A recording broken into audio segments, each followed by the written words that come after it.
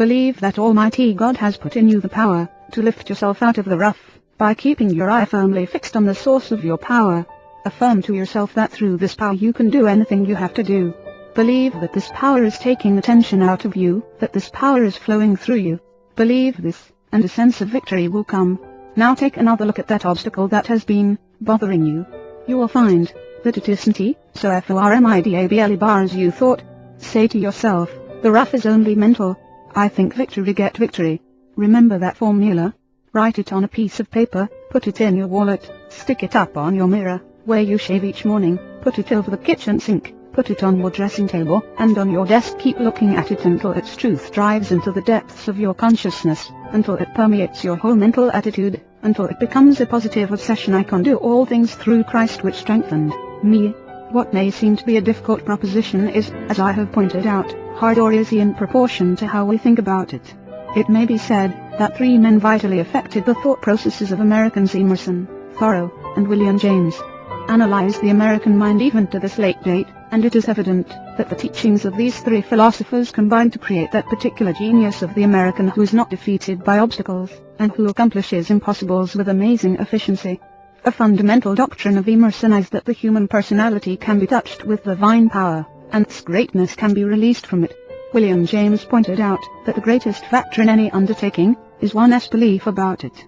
Thoreau told us that the secret of achievement is to hold a picture of a successful outcome in mind.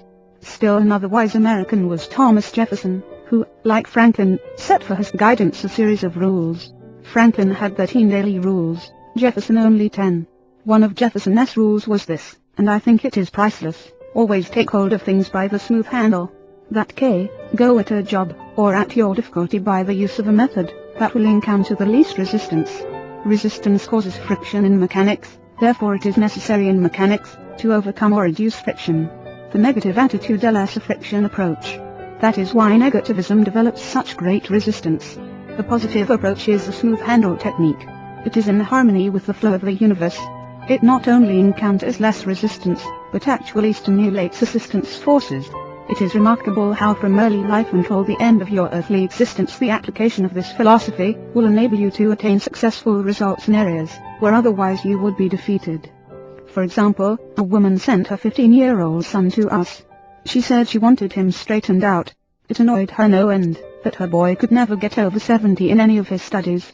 "This boy has a great mind potentially," she declared proudly. "How do you know he has a great mind?" I asked. "Because he is my son," she said. "I graduated from college magna cum laude." The boy came in very glumly, so I asked, "What's the matter, son?" "I don't know. My mother sent me to see you." "Well," I commented, "you don't seem to be burning with enthusiasm. Your mother says you get only 70s. "Yes," he said, "that's all I get," and, he added, "that isn't the worst of it. I've even received less than that." "Do you think you have a good mind, son?" I asked. "My mother says I have. I don't know, I think I am awful dumb." "Dr. Peel," he said earnestly, "I study the stuff. At home I read it over once, and then close the book and try to remember it. I repeat this process about 3 times, and then I think that, if 3 times isn't get it into my head, how am I ever going to get it into my head? And then I go to school thinking maybe I have it, and the teacher calls on me to say something, and I stand up and can't remember a thing. Then," he said, "examinations come along, and I sit there, and just get hot and cold all over, and I can't think of the answers.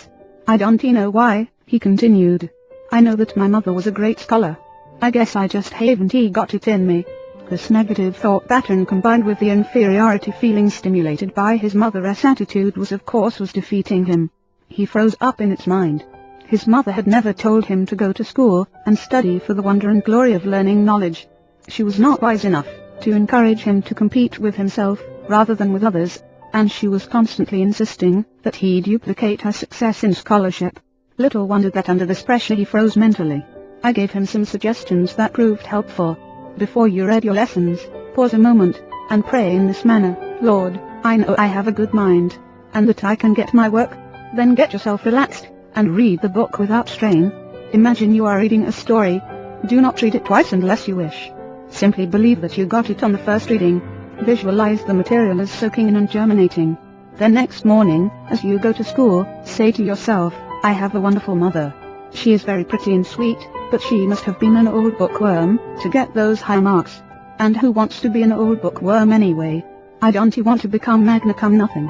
I only want to get through school creditably. In class, when the teacher calls on you, quickly pray before answering. Then believe the Lord will at that moment help your mind to deliver. When an examination is given, affirm in prayer that God is releasing your mind, and that the right answers are given you. The boy followed these ideas, and what marks do you think he got the following semester? 90. I am sure that this boy, having discovered the amazing workability of the I don't believe in defeat philosophy, will employ this amazing power of positive thinking in all the affairs of his life. I could use so many illustrations of the manner in which men's lives have been revamped by these procedures, that this book would grow to unwieldy size. Moreover, these are incidents and experiences out of everyday life, that are in no way theoretical, but are entirely practical. My mail is literally filled with testimonials sent by people who, having heard or read accounts I have told of victorious life experiences, have felt moved to relate similar occurrences in their own lives.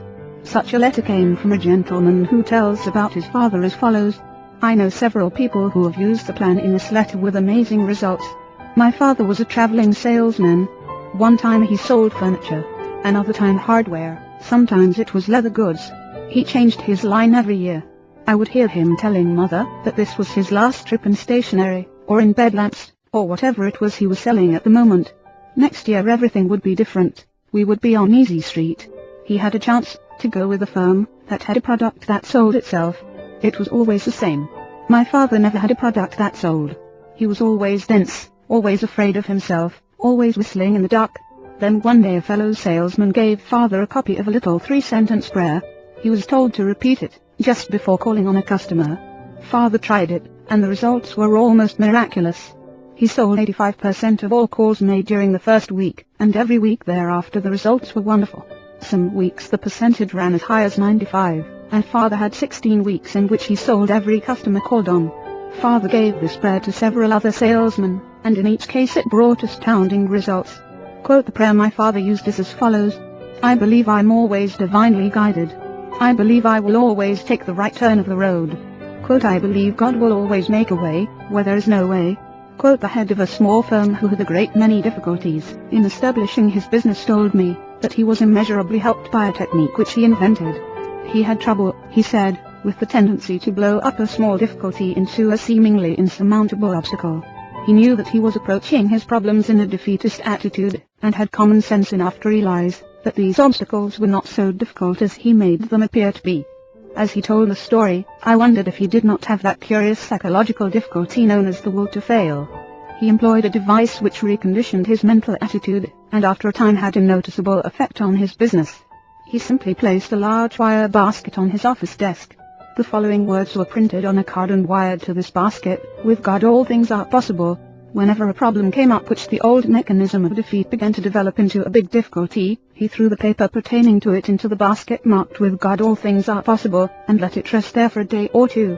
It is here how each matter, when I took it out of that basket again, didn't seem difficult at all, he reported. In this act he dramatized the mental attitude of putting the problem in God's hands.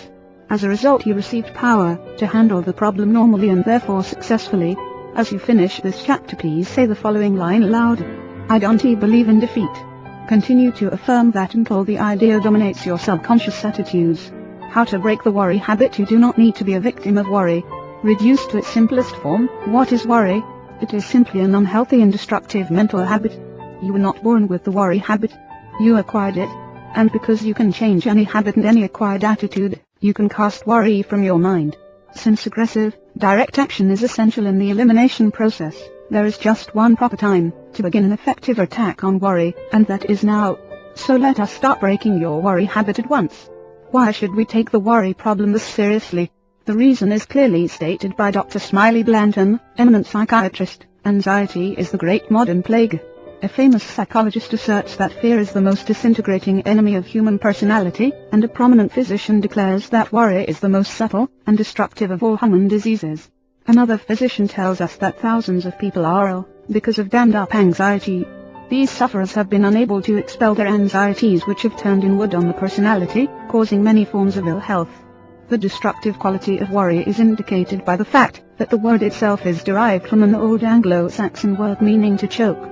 If someone were to put his fingers around your throat and press hard, cutting off the flow of vital power, it would be a dramatic demonstration of what you do to yourself by long-held and habitual worry. We are told that worry is not infrequently a factor in arthritis.